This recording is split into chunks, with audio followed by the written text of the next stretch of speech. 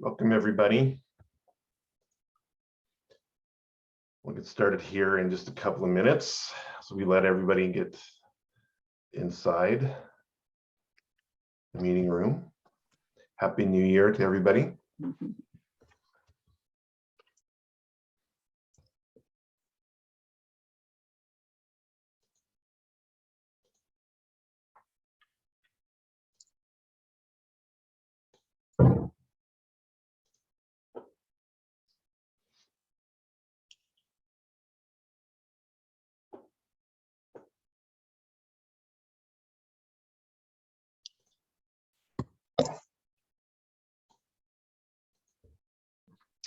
And welcome everybody that's just joining.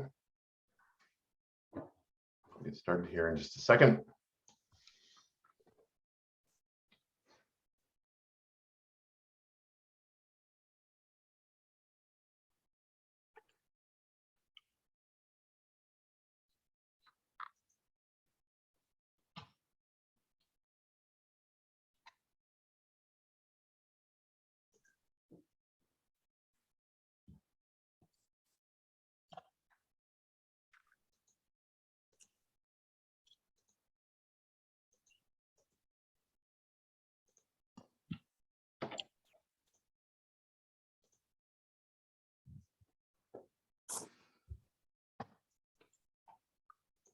Sorry, I'm just trying to get my screen shared here as we jump into the slides, and then we can get started.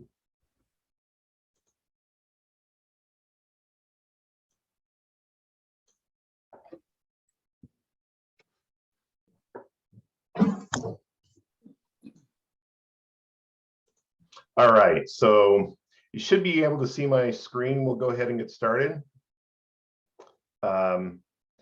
Welcome everybody, and Happy New Year, and welcome to our first Friday program of the year. We're really excited to have everybody back after the holidays and joining us today.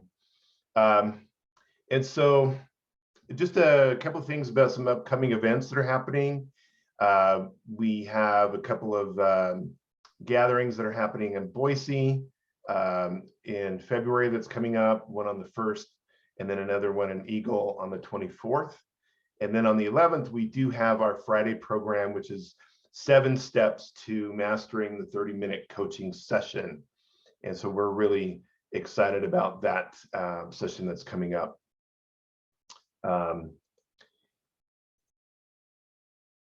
We do have some volunteer and leadership opportunities available within the board. And then also we have Coaching Week that's coming up in May. And so that's going to, I think it's May, but anyway, it's coming up soon. And so we just need some volunteers to help out with that.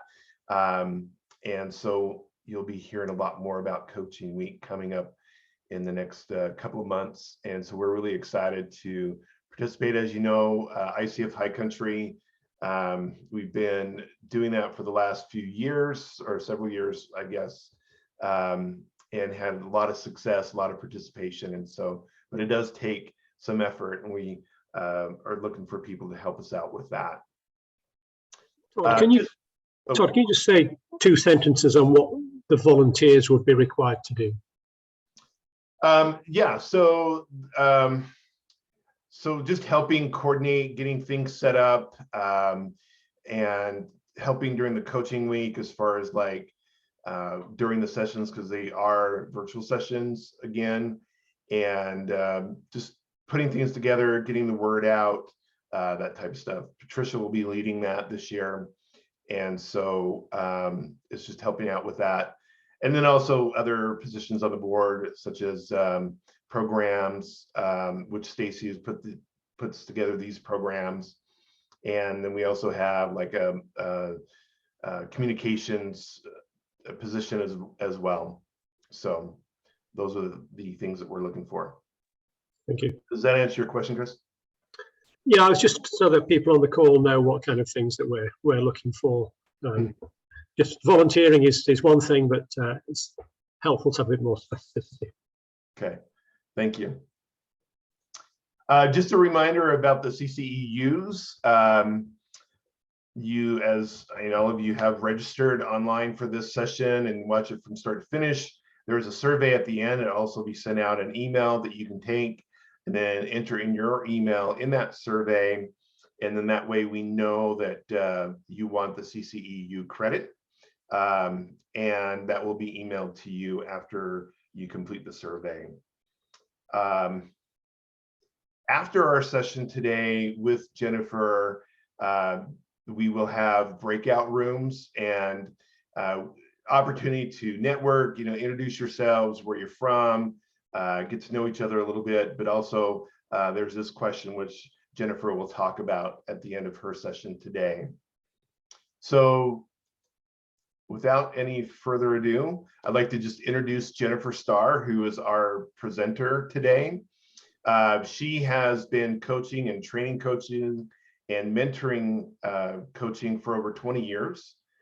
She received her MCC credential in 2010, and she's been delivering coach certification training as well as mentor coach training since 2002. And she most recently developed a program called Conversations to Mastery. And this is for experienced coaches who want to take their coaching to the MCC personal mastery level. She's been a successful entrepreneur for over 30 years, and she likes to weave in creativity, humor, spirituality, and imagination to all aspects of her work with others to really kind of open up new pathways and awareness to raise consciousness on our planet. She calls herself a gypsy at heart. She travels extensively, and I'm sure she'll be talking about that today. And she lives in Sisters, Oregon, and she enjoys hiking and nature and photography and painting and so on. And so thank you so much for being here today. And with that, I will turn that over to Jennifer. As soon as I stop sharing, then you can start sharing.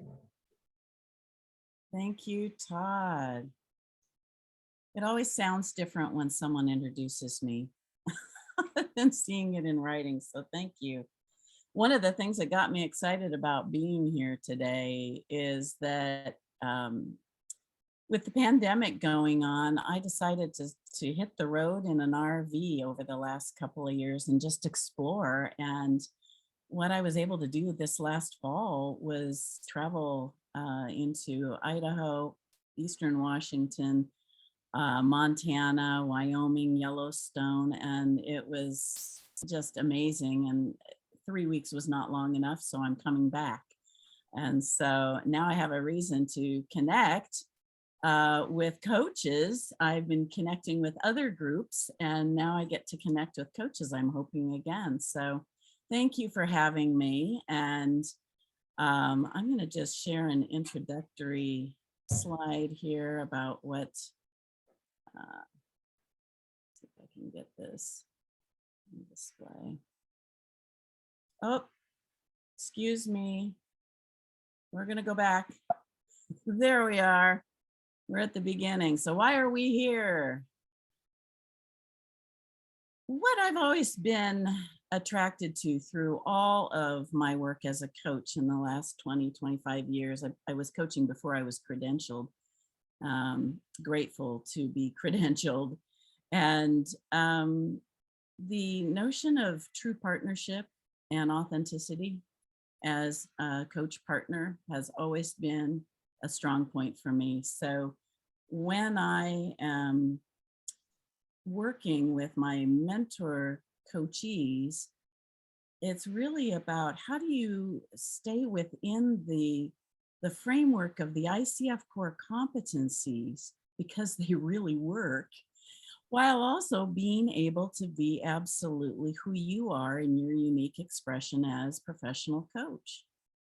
So today I'm just wanted to set it out for inquiry, to have you noodle on this a little bit and think for yourself, what does true partnership look like? And what is the framework that lends to this partnership? what allows the partnership to be in true service to our clients? That's the big work, right? And what foundation must be in place for full presence and partnership to occur?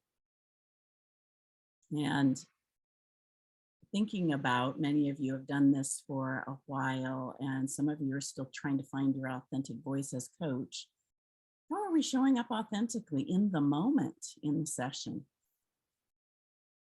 And so I think everyone here is familiar with the ICF Core Competencies. I thought I would just throw this on the screen in case there's any new coaches there to really look at sort of the foundation.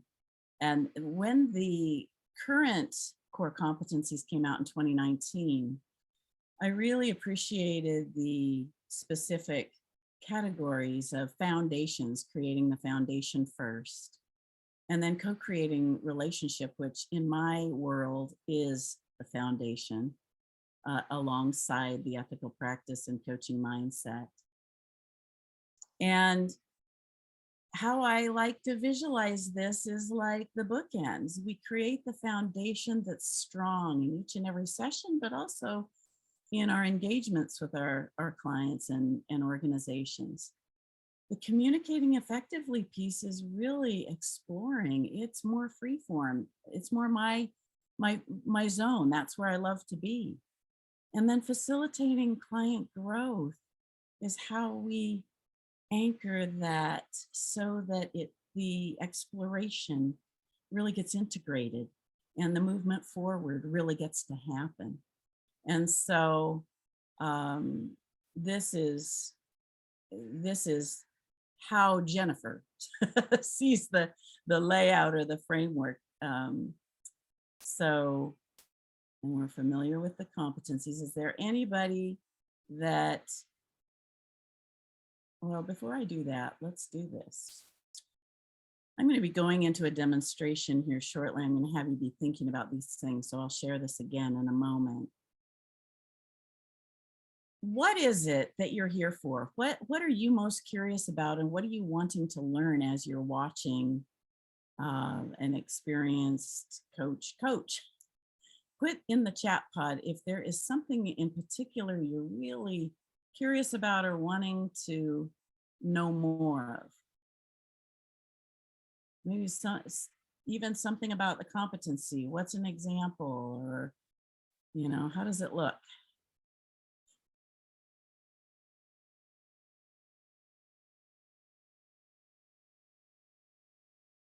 And speak up too. If there's someone that just has something ready to roll off their tongue, I'm happy to hear too. Okay, the coaching agreement.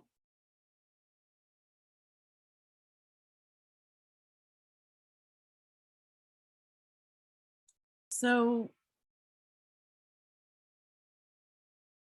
I will simply be showing up as I usually show up. Oh, how to interrupt. Nice. When do you do it and when do you let them keep talking? Good.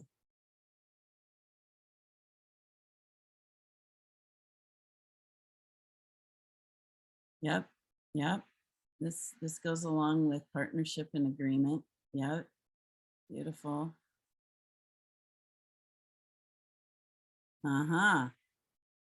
Facilitating client growth with the commitment and action. Did we get everybody? All right. So how's this work, Todd? Who gets to be my client? Who gets to be in that hot seat? Here we go. Is there somebody who wants to volunteer to be a client today in this demonstration? Hey, Todd, I'll do it. Kimberly here. Why not? I'm working out. My brain should be functioning fairly well here. Good. Thank you, Kimberly. Oh, that's great. Okay, so we've got Kimberly. Thank you. I'm going to read a couple more of these. In overall journey. Okay. Great. Wonderful. Thank you. This helps me know who I'm with, and I appreciate the space that you're going to hold. And so we have 30 minutes, so that's going to go fast. Sometimes I can do this in 20 or 25 minutes. Kimberly, we're going to just see how it goes. And so if everyone would please disable their camera and mute themselves besides me and Kimberly, that would be awesome. I'm going to go to the video settings so I'm not seeing all the photographs. There we are. Kimberly, thank you for volunteering. And this is brand new for us.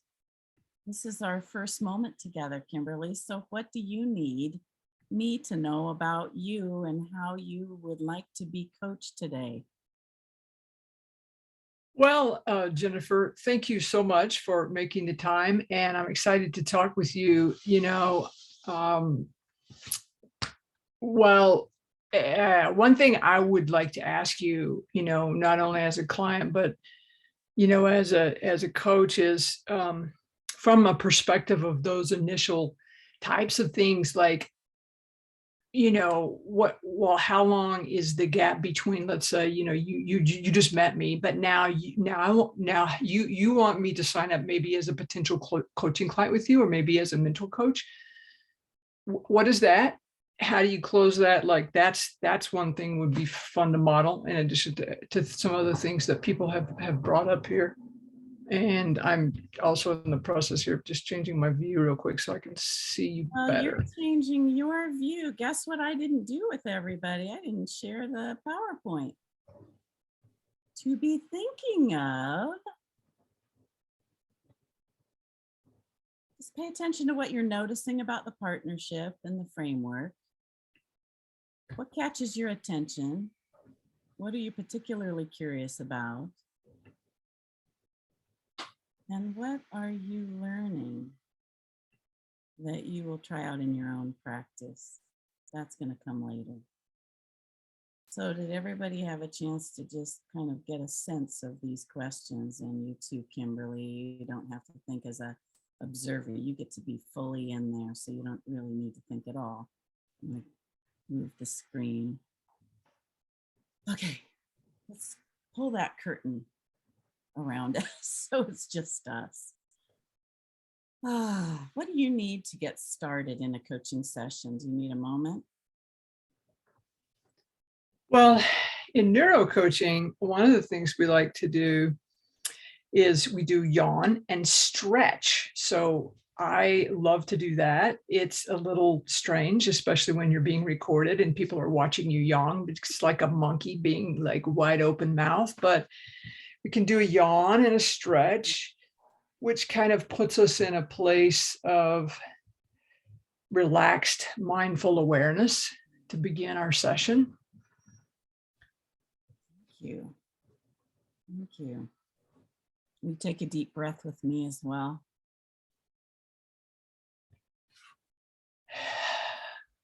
Yes. What is it that is important for you today to discuss with me while you have me? Well, I am particularly interested in this idea of strengths-based coaching. And one of the things I found within that particular construct is this very challenging for me structure of these particular questions, that are intended to be asked, and check that box, we ask that question, versus just doing, the big aurora of strengths-based coaching. And in fact, I had an amazing opportunity and did a lot of modeling and mental coaching and along those lines, and ended up not accepting that offer kind of, in the corporate world, because I did not want to be in that rigid format of you must ask these particular questions within this particular corporate environment. And, in hindsight, I'm like, could I have really molded myself to fit in and done that just to check the box? Maybe, maybe not. But I love to talk a little bit about that and how you see it. And, how do coaches really bring their authentic selves and yet do the things within the confines of, especially like a corporate gig where you're working maybe with particular employees and that type of thing. That's interesting to me. Mm-hmm. So I'm sensing almost a little hint of regret, like maybe did I make the right decision here about checking the boxes or being in that role. Are you still questioning that decision? Well, not really. Although I will tell you that,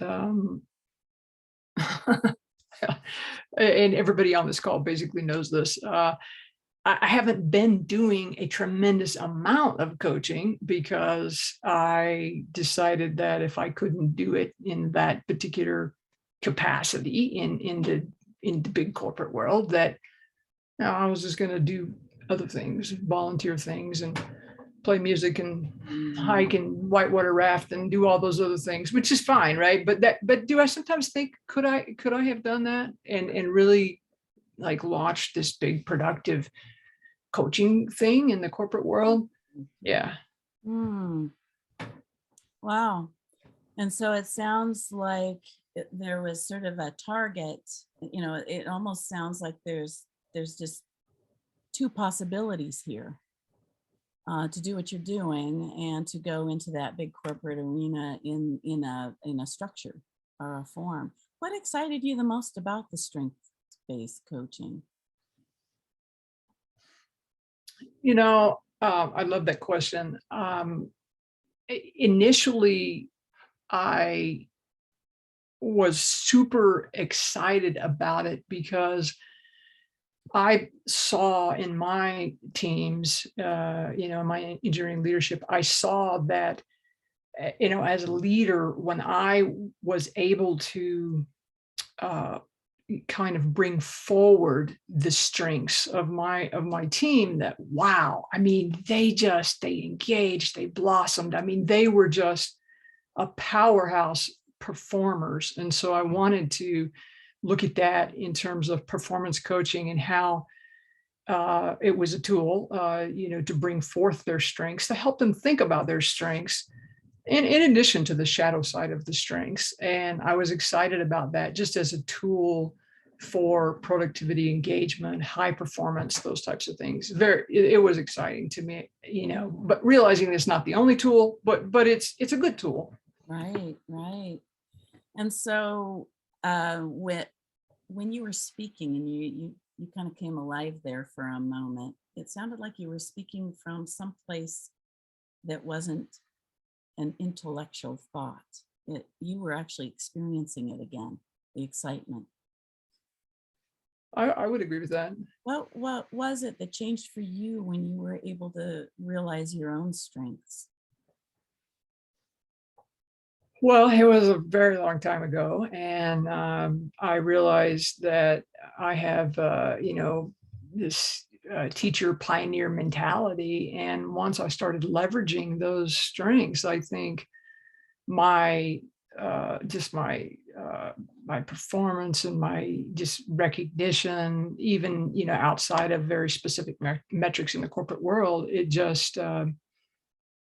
was very fulfilling, right? And it was like a strength that you get energy from it. And I felt like I got energy from using those strengths every day, kind of thing, and now I'm using all the Marcus Buckingham kind of language because that's how we were approaching it. Mm-hmm. Mm-hmm. So for the sake of our conversation here today, what would feel like movement for you in this thought process? How to coach and really kind of close that gap from a perspective of either ICF competencies or, let's say, strengths-based competencies. And all those things in StrengthsFinder, and yet not relying on specific tools and those types of things to say, because to me, that's not really the value of coaching. The value of coaching really is being a thinking partner with that person and really, you know, moving through things with them, seeing their growth, like you talked about, from a perspective of the, you know, the pillars or the bookends. And, you know, how to do that, because what I have found is that it's not always evident to me how you really do that, especially, you know, I'm fairly young in terms of the coaching process. You know, I'm an electrical engineer, so I have a very engineering, you know, thinking brain, but I don't have a lot of experience from a perspective of the ICF, right? From a perspective of, I haven't been doing it for like 20 years, right?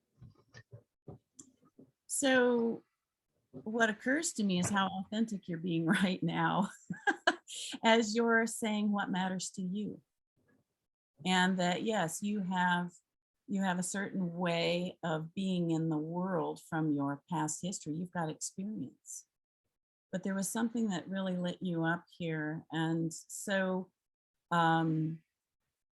initially, when you were talking about your paths, you had a path into big corporate with StrengthsFinder, and you also had a volunteer path, just kind of being in your day-to-day life.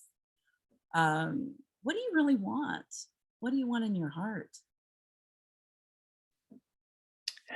I want to continue to be involved and engaged in things that are meaningful, and things that are meaningful to me are helping people thrive. And especially since, you know, most people spend a lot of time in this 4-letter thing we call work, then my real passion is saying, you know, work can be engaging, work can be fun, it can be meaningful.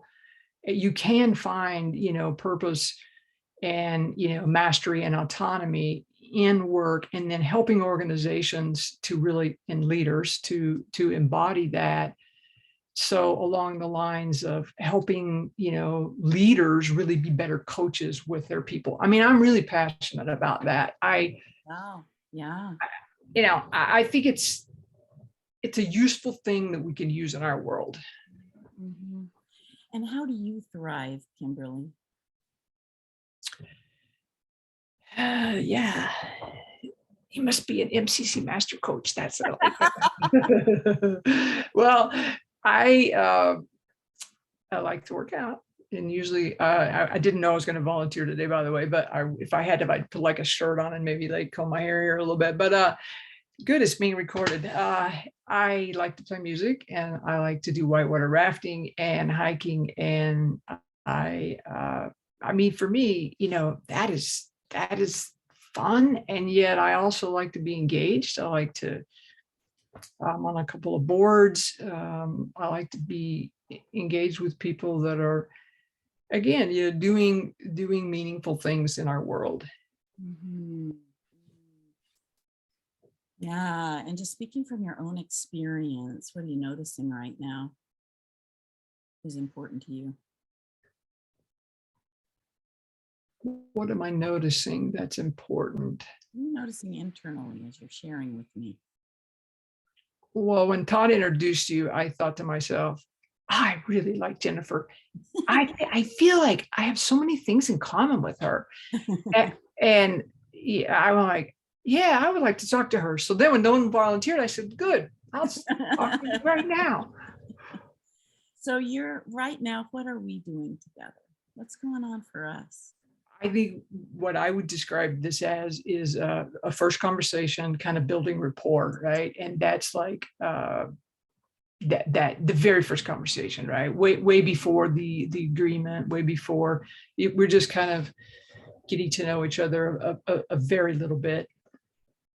That very little bit feels like a lot more when it comes from the heart to heart. Or what's the phrase you would use? I use heart to heart. That might not be your language. No, I find you authentic, and I feel that that it's easy. It's easy to establish rapport, right? It's easy to connect. Yeah. And so when you think about sort of this choice you made, and the language you were using at the beginning was very different than your authentic voice, which was about passion and thriving, and it was very active, and there was a lot of variety there, but it was really in the heart of wanting to help others thrive. When you think of fitting into a box, is that actually true? Would you have to do that with this Strengths Finder? Well, I would have had to do it for the gate that I didn't go through, because, but I didn't. I refused to do it, so I didn't go through that gate. I mean, and you were honoring something when you didn't go through the gate. What were you honoring? I wasn't going to read off the script and ask all those questions that you were supposedly had to do. And in hindsight, I found out that that's exactly the way that it is being done. And I mean, I'm like, I'm not going to do that. It's ridiculous. Okay, so it was a dramatic response internally. It was like, I can't do that without giving up some part of me. Well, and I know that the executives that are receiving that as their coaching, it's a check the box for them too, right? And some of these coaches, I mean, they're it's craziness. I mean, really, they're like,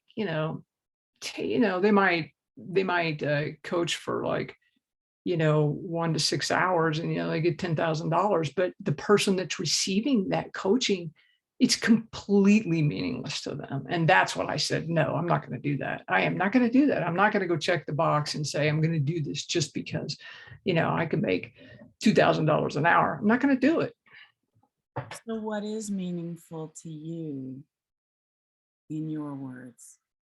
Just to really add value to a person's path, whatever they say they want to do, to assist them, to be a thinking partner with them on their path, and to help them grow and do and accomplish those things that they say they want to do. That is meaningful to me. Mm-hmm. Is there a lurking belief somewhere in there about all or nothing? It's either got to look like this with the big bucks, or it's got to look like this and you make no money. Maybe, perhaps a hidden belief, although you're not the first person that's pointed out that maybe, you could do both, right? You wouldn't have to be it wouldn't have to be kind of an all or nothing thing. Although it does kind of feel that way. I could think of some other examples in my life where that's true. Like, I'm like, yeah, you're either going to do it like, you're not going to make any money doing this thing, or, go do this other thing and make a whole lot of money. But, it's like they're separate things. Maybe there is a hidden belief there. I think that's probably worth exploring in my own, my own mind. Well, that was what I was going to check in with you here, because I want to make sure you get what you need at the end of our time. And so now that we've kind of touched on some warm spots and maybe exploring this little place, what would be ideal? What would be ideal for you to come away with in just 15 minutes, let's say? Well, maybe we could explore the idea of the potential of this all or nothing belief. I mean, what does that look like? Maybe it's there. Yeah, maybe it's not. Maybe it's, well, of course it's a belief. If it's the reality I've created, I think it is a belief, because if I didn't believe it, I wouldn't be creating that reality. So what's the difference between belief and truth for you? Well, a belief could be false, I mean, I think, going into the spirituality side of things, likely, I can't really say that I fundamentally think there is absolute truth. In my study of neuroscience, I'm actually, going into the whole thing about, how does our actual brain make the mind, and, consciousness, and what is consciousness, and what if you do a split brain surgery? Do you now have two consciousness with the right and the left hemisphere? Right. So maybe truth and I mean, I think most everything that most everybody believes could absolutely be false, because the people used to believe the earth is flat, right? And they used to believe that the earth was the center of our cosmos and our universe, but then we found out it wasn't, because it's false. Pretty much everything we believe today is likely going to be false in some future moment, right? It's so interesting because you're talking about lots of layers. So how do you know in your physiology and your emotional and mental process, how do you know when you land on resonance of what truth is for you? I think there's an energy around it, although I do recognize that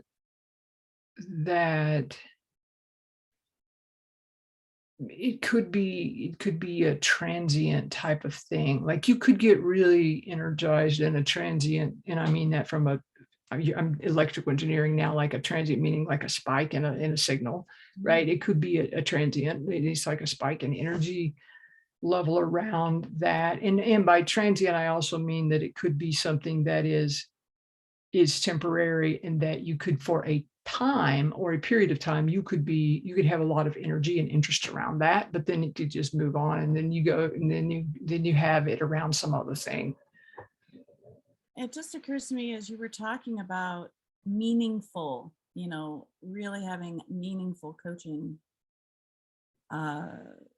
engagements, that somehow you came to that knowing for yourself that this is what I'm about, this is what I need. I can't go through that door. How did you know that?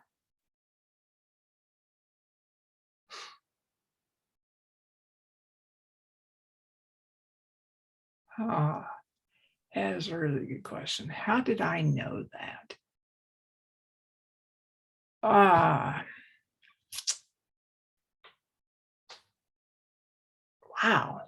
I know, right? It's like, what is that? How did I know that? That is a great question. How did, I almost want to guide you into your whole system so that you don't go to engineer mind, because how do I know that is one way to know, the whole thinking process. How do you know? When you just landed on that just now as, wow, that's a good question. What was going on in your body? I think I felt like I noticed I did this, which is like I'm open to that, kind of let me consider that. I mean, that wasn't a planned thing. I just did it. My body just did that, reacted to, wow, that's an interesting question. I mean, I would say you do feel it in your body, but you don't, like if something is not resonating with you, you might not even think about it, but maybe your back's getting tight, or your shoulders getting tight. If you're, kind of like, well, that's causing me, to go in the opposite direction of feeling like we talked about early on. We're in this relaxed, mindful awareness. We're having a, compassionate communication, and we're not, speaking like this with each other. And that's also kind of a great thing that help people do in the work environment is communication, right? And compassionate communication. So yeah, how did I know? I just felt this like, that's how I felt. I felt like, oh, like, no way, I am not doing that thing. So it was visceral in the moment, and you weren't thinking at the time about the impact it was having on your physiology, but you were responding to that physiology. Boy, I knew when I went through my my final, it wasn't context as an interview, and it was a long period of time. It was over a couple months, but I went through my final, I don't know, test mock. It was like a mock coaching session, and I knew what I was supposed to do, and I just I didn't do it, and I willfully did not do it because I thought it was ridiculous, and I just tried to have an authentic coaching conversation, and ultimately the result of that was, you're not going through this gate. You didn't ask, you didn't check this box, you didn't check that box, you didn't do these said things. And Yeah, so, and if that was the rule in other areas of your life, I wonder how you would be thriving today, right? If you actually went through those gates. So I'm hearing a couple things here, and one is that at some level you really know what is yours and what isn't. And it doesn't mean that strengths aren't it. But there is something that is important for you to look at too around that belief that you mentioned. What would you like to believe if you knew that there was another belief you could align with available to you?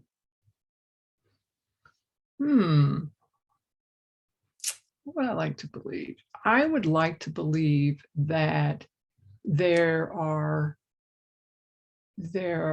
people that I can serve who can glean magnificent value from, a thinking partner relationship, and that they see so much value in it that it's just like, it's so valuable that the financial metric of what it is, it's just a token of appreciation, right? But it could still be meaningful in the sense that it is in alignment with the expectations for, coaching and that type of thing, right? And I think I would believe that, and I would also believe that I would release this sense of saying that I am going to require myself to earn a certain amount per hour, or I'm not going to do it at all. In other words, if I can't make whatever that is, $1,000 an hour, which it's not exactly that, but roughly, then I'm just going to volunteer and do it for free, because it's not worth it to me to have to say, and what I would believe is not that, right? I would say there's meaningful things that can be done to add value for people that is not all volunteer, and maybe, but it's not all going back into the corporate world to have this gig where the amount of money that they pay you is crazy astronomical. And where you can thrive in the process. Yes. I heard that has enough value that you can't really put a price tag on that. But there's still that little mental construct. So what's coming out of this so far for you, since we're kind of coming down on time here? What are you becoming aware of that feels important to explore further?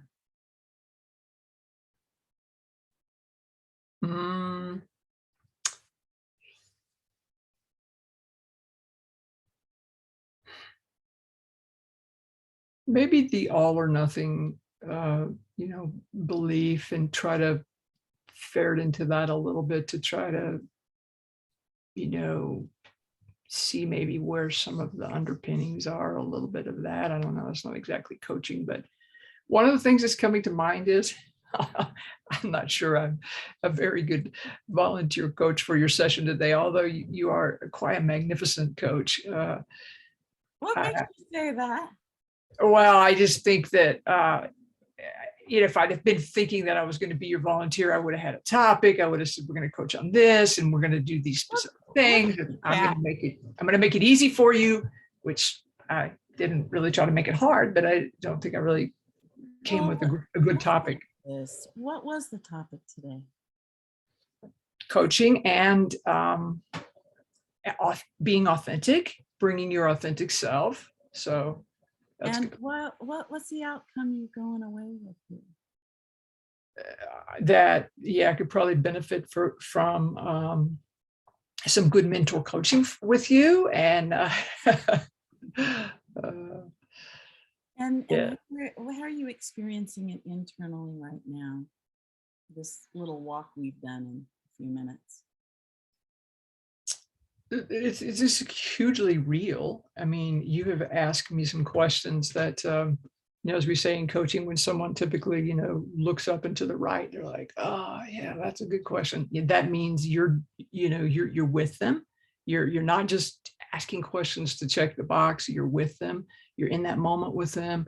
In music, we call it, you're able to do the improv, right? You're able to stay with the song, stay with the person, stay with the thought, and then you're connecting with them. And that, I think that's very real. That's what I want to do in coaching. That's what you want to do. You've identified that as several times here. So what is your work moving forward around this belief and what is possible for yourself as a coach?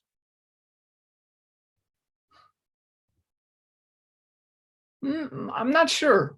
I'm really not sure, Jennifer. I'm not sure what my work is. Well, probably one thing that I've been really resisting and procrastinating is getting back in and getting things all arranged for my next level of certification with the ICF. And I think you're hearing, not only because of my experience with the strengths-based coaching, which I still love. I still do love strengths-based coaching, but I do see it as a tool, not the end-all be-all tool as some, corporations have embraced, but would be just somehow somebody releasing this, perfectionism for progress and going ahead and moving forward, because I felt very stalled out, and going back and just kind of, I'm going to do this thing. I'm going to get my recordings and just put it out there and, do the things I need to do to check the box for the certifications. Because I've been really stalled out. I mean, I'm just putting it out here. Like, I have been stalled out on getting that next level of certification for quite some time because of this resistance that I'm having to, like, checking the box and not being my authentic self. All right. So this might be a piece, if I may offer what I'm observing here, is the resistance itself is telling you something very valuable. And what I'm hearing is things have opened up a bit for you as far as exploring beyond the structures that don't serve you in the being that you are. And so we are at that final time, and I just want to acknowledge, for one thing, how authentically you did show up, how open and receptive you were to being partnered with someone you'd never met before, Kimberly. So thank you for that. And also, I want to acknowledge how much you already know about yourself. So I guess the thought I would leave you with is, how do you take all those wonderful tools and integrate them into who you are, rather than trying to bring yourself to them?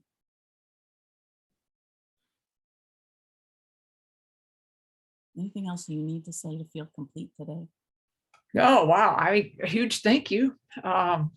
This was good. I mean, I also felt some emotion, right? It was some coming up that was kind of like moving through, and okay, take a breath, it was good. Oh, wow. It's a fully embodied experience. It's beyond just the intellect, right? You got it. Oh my gosh, thank you so much. And let's bring everybody else back on. Yay, thank you. Okay, I can see action in the chat has been occurring, and I don't want to take my eyes off of all of you. So I want to hear a few comments about what you learned, what you were curious about, like what the heck, or what did you notice that really worked? So anybody want to blurt while we have a few minutes? And whoever put that beautiful thing in chat that I'm afraid to read because it'll take me away. Just bottom line it out loud, if you will. Excellent questions. I thought that there's well-directed questions and really listening and opening her up. I wrote down most of those questions that you asked. What was it about the questions that caught your attention, Pamela? I think the fact that you would be listening to her, and then one of the things was one of them was what are you becoming aware of that you want to explore further? It's one of the great ones, I thought, towards the end. So but one of the things that you discovered was that she has this all or nothing belief, and exploring that. I like the way you took a bunch of opportunities to go back to that all or nothing topic. Like it kind of came up and you kind of went, oh, that's kind of interesting. What do you think about that? And it didn't get a lot of traction. And then it kind of came up again and you went, well, that's interesting. What do you think of that? And it got a little more traction. And then it sort of turned into, to me, the central core of that whole conversation. Led by Kimberly. Thank goodness, because I was going, I wonder where this is going to go. Yeah. Jennifer, Karen is the one who wrote the long piece in the chat. Karen, do you want to summarize that a little bit? Okay, some's probably been shared. I just loved how you were asking questions too that were about her way of being in relation to the content. You held place for the content enough that you were tracking it all beautifully, but you also were looking at how she being in relation, what she noticing in relation to that. And you took so much time to allow her to get to a place before in that coaching agreement, before you'd ask, what do you really want to walk away with? So much patience in elaborating what needed to happen without, and then dancing with her in those moments. I love that. And I love the question, again, that broke the bifurcated thinking in a different way. What would you believe if you knew there was another belief you could align with? That just kind of was at the right moment, that crescendo, that just opened up that space for her. So many, many things. And thank you for being a client as well. So I'll be quiet now. Oh, thank you, Karen. And that touches on that agreement piece too. I find that if we jump to the agreement so fast that we really aren't getting to understand better what the process is internally for that particular person, how do we know where to go from there? I mean, so taking some space to really understand more about the client's way of thinking, language, all of that, and then checking in so that, like Kimberly could actually feel herself. She could look at herself and reflect for a moment and choose what happens next. So I thought to myself, whoa, I'm not getting the agreement very fast. But what was more important to me than anything is that I better understand Kimberly so that I can coach her. So for a first session with someone, usually I'd have an initial session and do some exploratory work. And you made it so easy, Kimberly, for us and for me particularly to understand your perspective because you were very open. I would like to say that from an observation perspective too, that you check the boxes of the ICF Core Competencies, but you did it in a way that was authentically you. And I think that is really important in the observation that I had. Thank you for that. That's the point of this. Yeah. Oh my goodness. You know, we got to play the game for a while. We aren't actually fitting in a box that doesn't fit us, Kimberly. I'm not saying that. But what I am saying is we have to learn the competencies first, but then where do we allow ourselves to trust that we've integrated this awareness? That I know these things. I do not have to have my mind split focused. So when you said that, Vicki, I was thinking, wow, did I? Because mentally, it can't be there or it's in the way of me being fully present with Kimberly.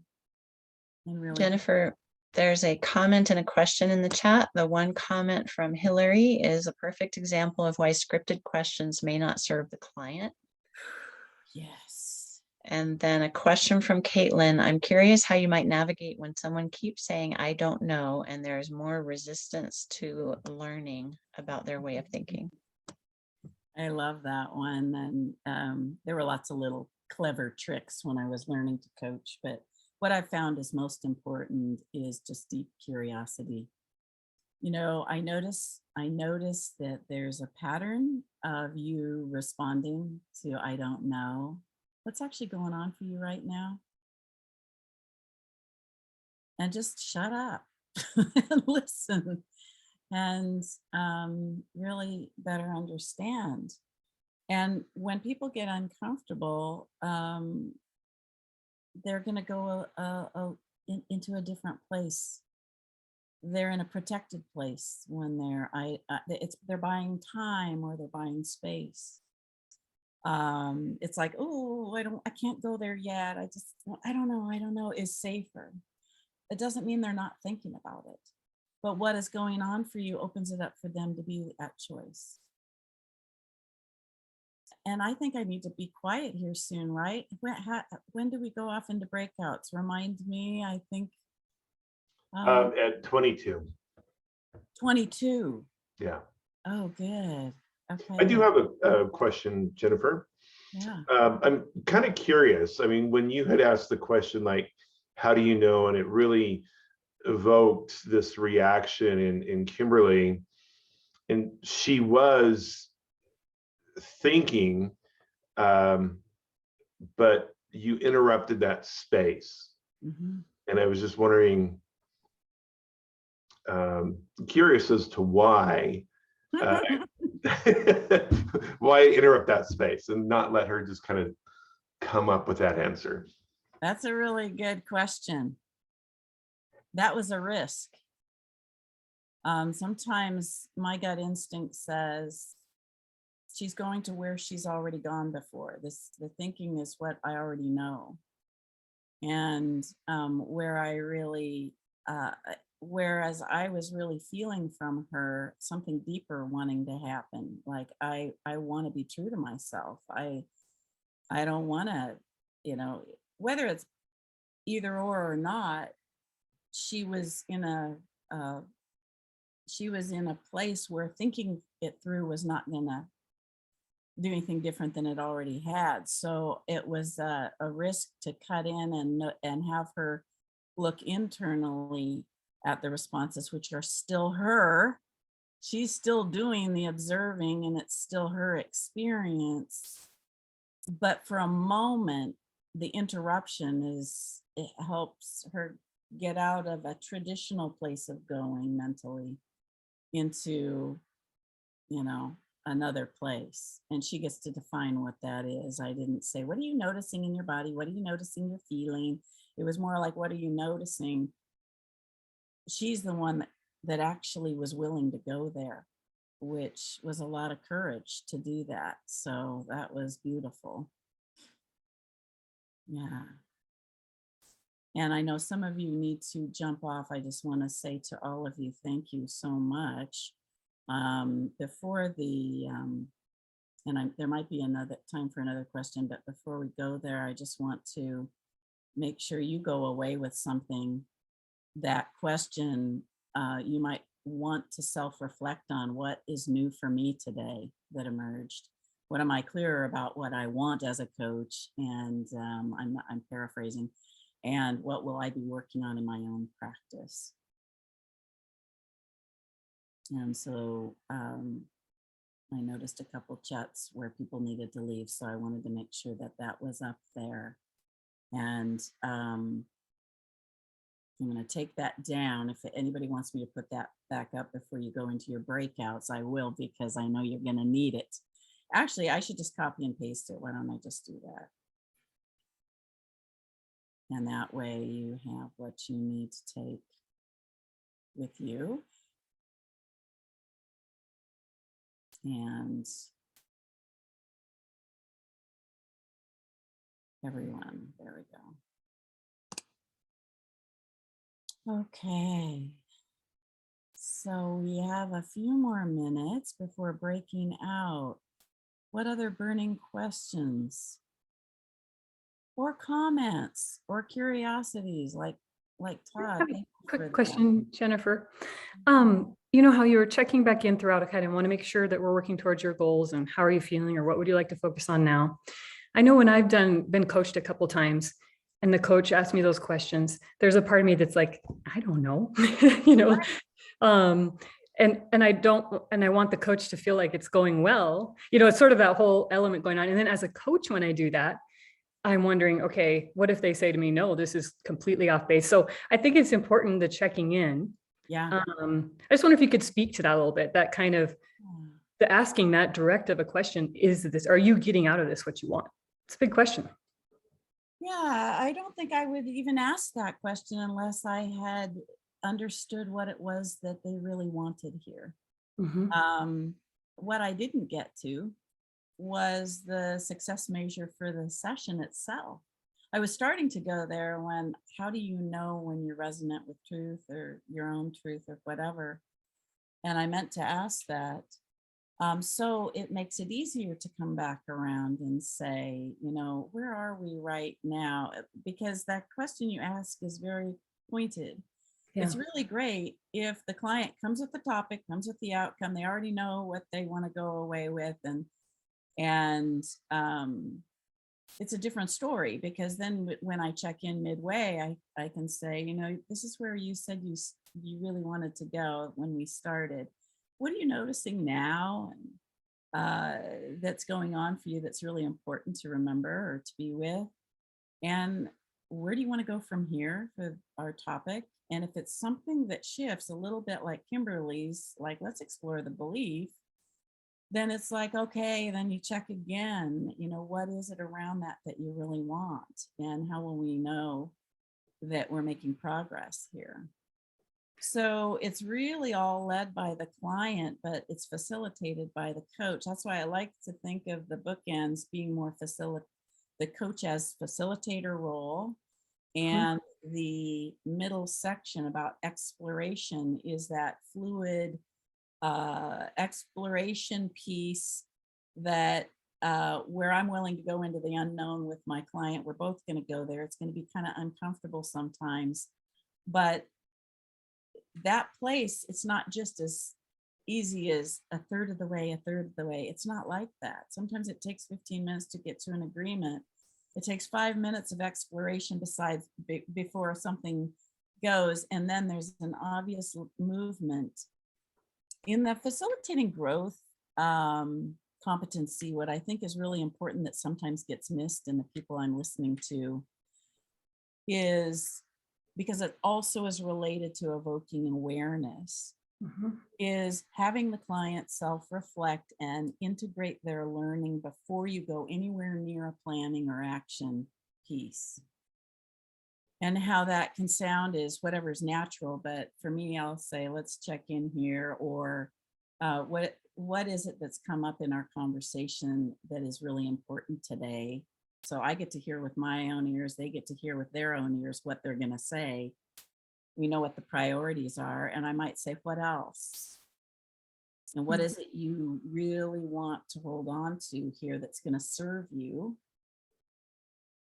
Oh, I appreciate that. It helps me kind of reframe the way I was looking at that this is about helping embrace that they're owning their growth competency, right? And increasing, they're seeing the shifts that are occurring throughout, and they're leading that.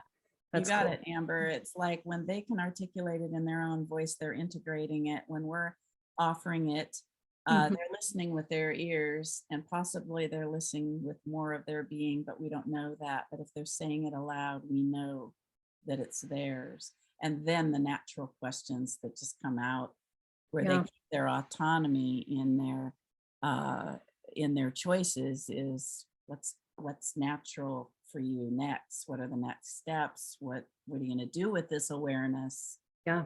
Another thing I appreciated was right near the end, where you actually, I think, kind of shared one of your own thoughts with her, you know, your own reflection of what she was saying. And that's cool to me, because we are people as coaches too, right? And they're paying me for engagement and for who I am as well, right? So a little bit of, okay, take what works for you, leave the rest, but, Kimberly's such a bright, engaged, wise person. And you're kind of like, okay, can you give some of that to yourself a little bit? That in a more artful way, so that she would have articulated it herself. But I knew that I was like -2 minutes, so. Thank you, Kimberly, for volunteering.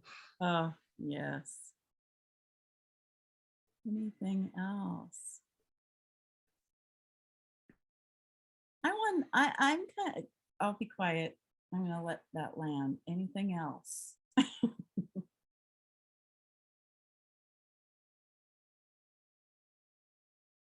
So what might you have tried that you felt might be missing? Let's hear what a couple alternative paths might have sounded like. Does anybody have a point in that where they thought, I wonder why she didn't ask this?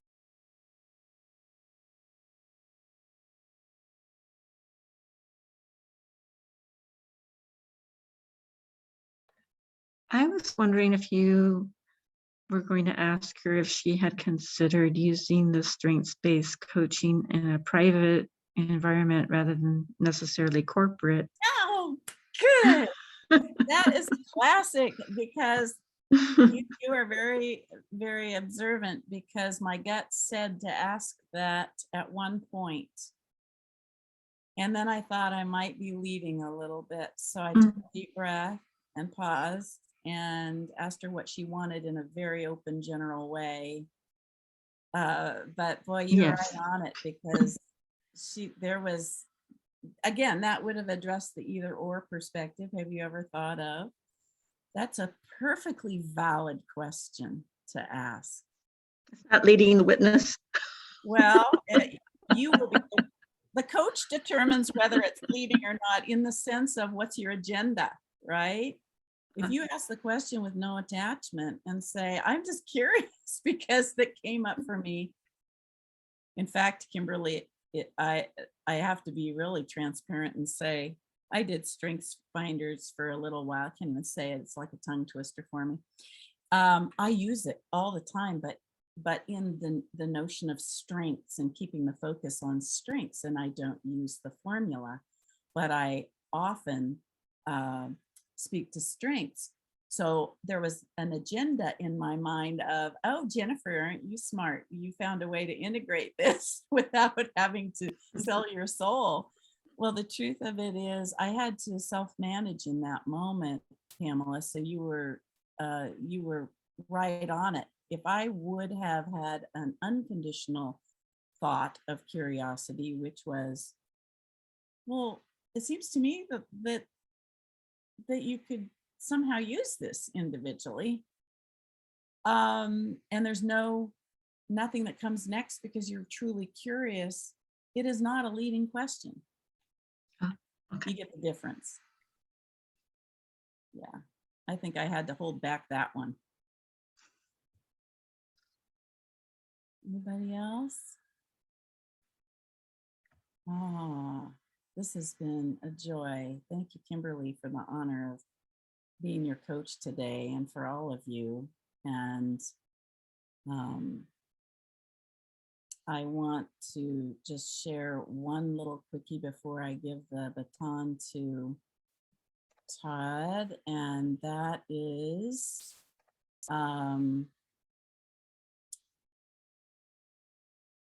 when you become present, your mind is silent. There is no agenda. You are not holding on to anything. You are not seeking anything. You are just here with what is. Oh, geez. Sorry. You can't edit a show mode. Okay, so I'm going to go to the next. You got it, though. I'm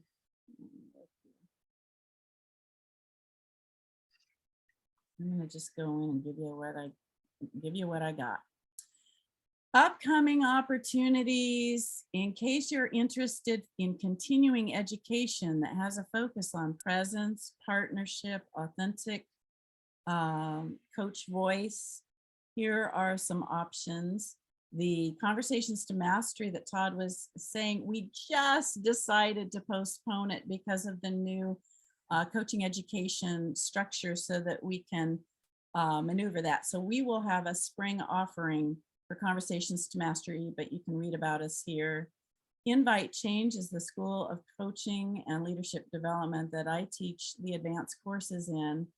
Any coach that has coaching experience can join Authentic Self Presence. This is my baby. This is the one I love that helps you really get into that authentic place as a coach. And then we have an advanced generative coaching that starts right away in March, which is a really good, taking your basic skills to an artful level, moving to advanced PCC and above. And you can be an ACC and take that.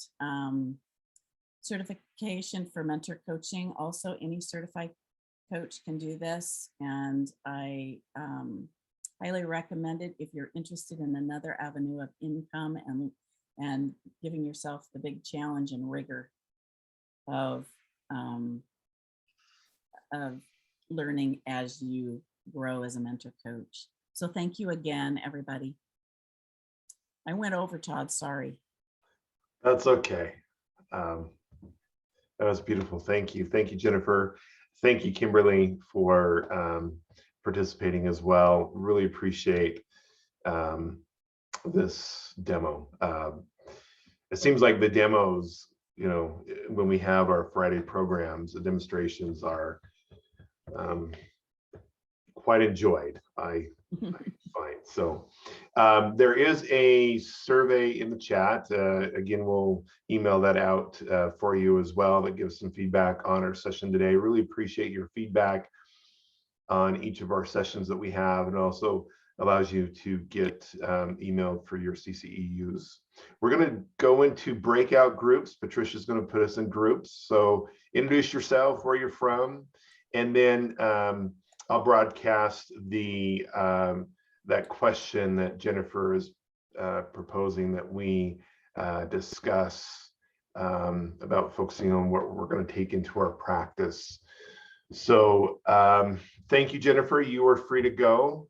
Thank you all for your thoughtful comments too. I'm saving chat because I got to do some reading next. Have fun. Thank you. Thank you. Todd, the chat rooms or the rooms will be open for about 25 minutes. So take your time and get to know each other. Yeah. Okay. Well, about less than 20 minutes because they close at 1. And you can continue on if you want to, I guess. So, but yes, thank you, Patricia.